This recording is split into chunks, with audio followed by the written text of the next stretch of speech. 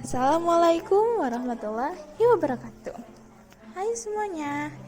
Di sini kita akan membahas materi mengenai memenuhi janji, mensyukuri nikmat, memelihara lisan, dan menutupi aib orang lain.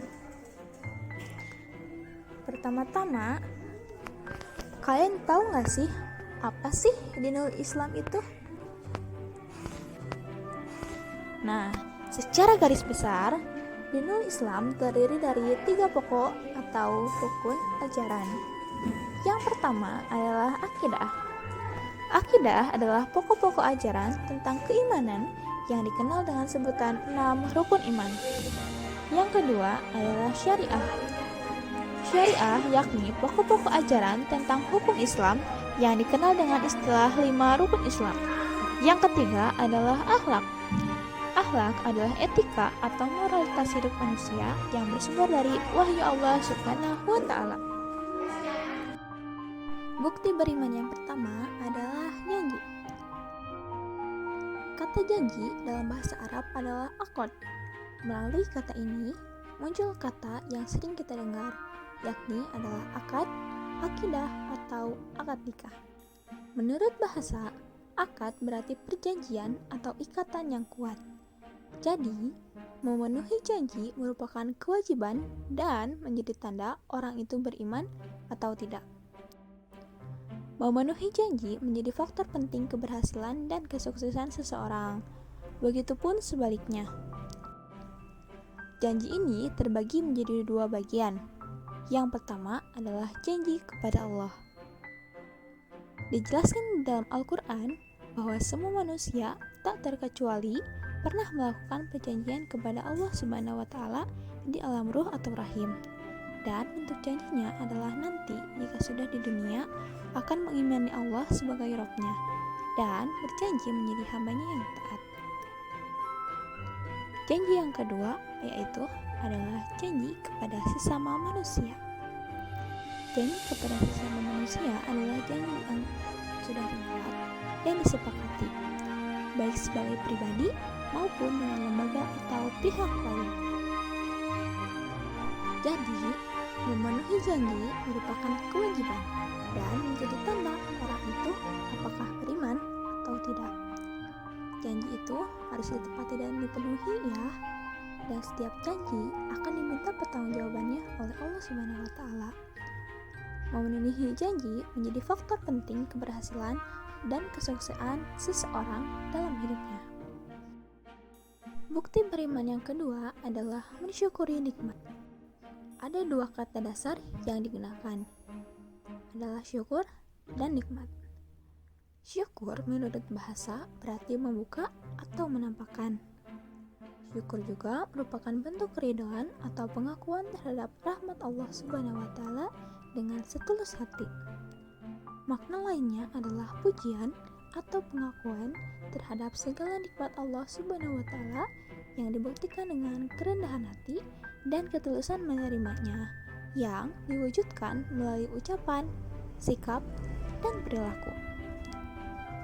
Nikmat menurut bahasa adalah pemberian, anugerah, kebaikan, dan kesenangan yang diberikan manusia, baik berupa rezeki, harta, keluarga, maupun kesenangan yang lain.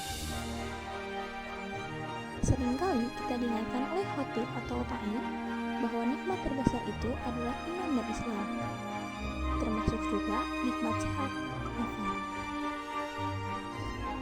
Jika kalian menjadi hamba yang bersyukur, maka manfaat dan maslahatnya kembali ke diri kalian sendiri. Dan sebaliknya, jika kufur, maka tunggulah kegagalan dan kesengsaraan dunia, apalagi pedihnya neraka akan kalian rasakan sendiri.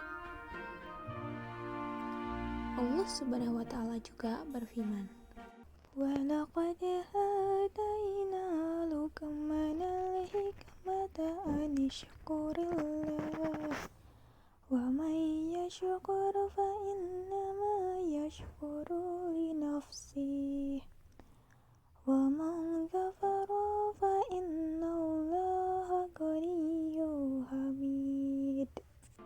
Yang artinya, Dan sungguh telah kami berikan hikmah kepada Luqman, yaitu bersyukurlah kepada Allah. Dan barang siapa bersyukur kepada Allah, maka sesungguhnya dia bersyukur untuk dirinya sendiri. Dan barang siapa tidak bersyukur, maka sesungguhnya Allah Maha Karya, Maha Terpuji. Syukur merupakan bentuk keridhaan atau pengakuan terhadap rahmat Allah Subhanahu wa Ta'ala dengan setulus hati. Bentuk syukur bisa berupa pujian atau pengakuan terhadap segala nikmat Allah Subhanahu wa Ta'ala yang dibuktikan dengan kerendahan hati dan ketulusan menerimanya, yang diwujudkan melalui ucapan, sikap, dan perilaku. Bukti beriman yang ketiga diantaranya adalah menjaga lisan. Lidah atau lisan menjadi bagian tubuh yang sangat berharga. Melalui lisan yang tidak tertata akan muncul pertengkaran dan perselisihan. Lisan juga bisa membuat malapetaka yang besar, bahkan pembunuhan yang tidak terkira akibatnya. Namun sebaliknya, melalui lisan juga muncullah berbagai macam kedamaian, kesejukan, cinta, dan harapan yang tersemai di lubuk jiwa untuk satuan, puluhan, ribuan, jutaan, bahkan miliaran umat manusia. Saat ini, masih banyak manusia yang tetap memelihara harapan, meski kondisinya memprihatinkan dan mengenaskan, karena masih percaya kepada janji-janji yang disampaikan. Lidah dan lisan kita harus dijaga betul ya. Tipis sekali perbedaan antara bahagia dan celaka, serta senang dan susah, hanya dari penggunaan lidah, apalagi jika dikaitkan dengan ajaran Islam yang sudah memberi rambu-rambu dalam penggunaan lidah.